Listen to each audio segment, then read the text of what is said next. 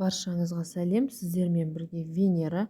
Бүгін біз сіздермен бірге кәдеден жасалған икра дайындаймыз, яғни кабачоктан. Ол үшін бізге кабачок керек 1,5 килограмм, пияз 400 грамм, сұйық май 100 мл, 1 ас қасық тұз, 2 ас қасық қант, қара бұрыш, томат пастасы және сірке суы керек. Кабачоктарымызды жуып, сыртын ашып, мясорубкадан өткізіп аламыз.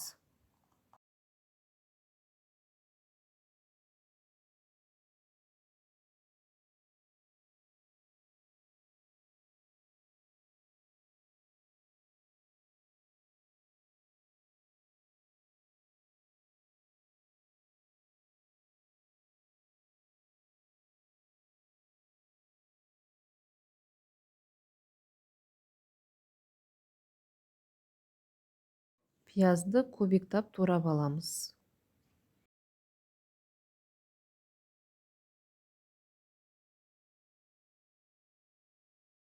Табаға 3-4 ас қасық май құйып, пиязымызды салып, қызарғанша қуырып аламыз.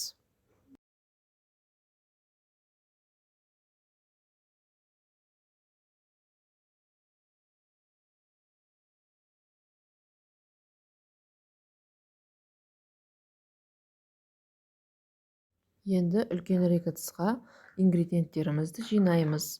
Жаңағы бірінші мясорубкадан өткізіп алған кабачокты саламыз, қуырылған пияз саламыз үстінен, томат пастасы,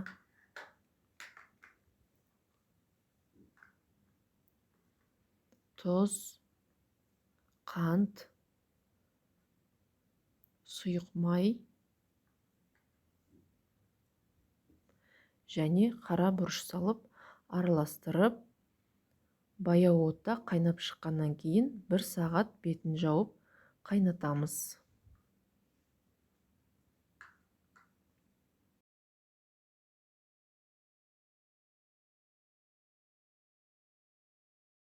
Арасында ашып араластырып тұруды ұмытпаңыздар.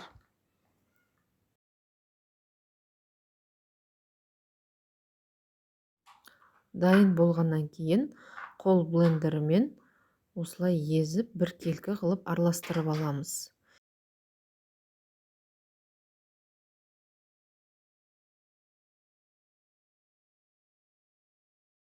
Ең соңында 1 ас қасық 9% сірке суын қосып араластырып, кішкене қайнатып аламыз.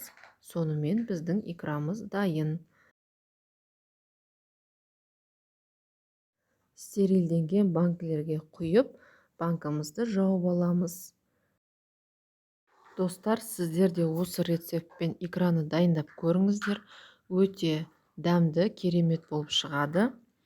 Менің арнама тіркеліп, лайк басып кетуді ұмытпаңыздар. Сіздермен бірге болған Венера. Келесі видео шыққанға дейін сау болыңыздар.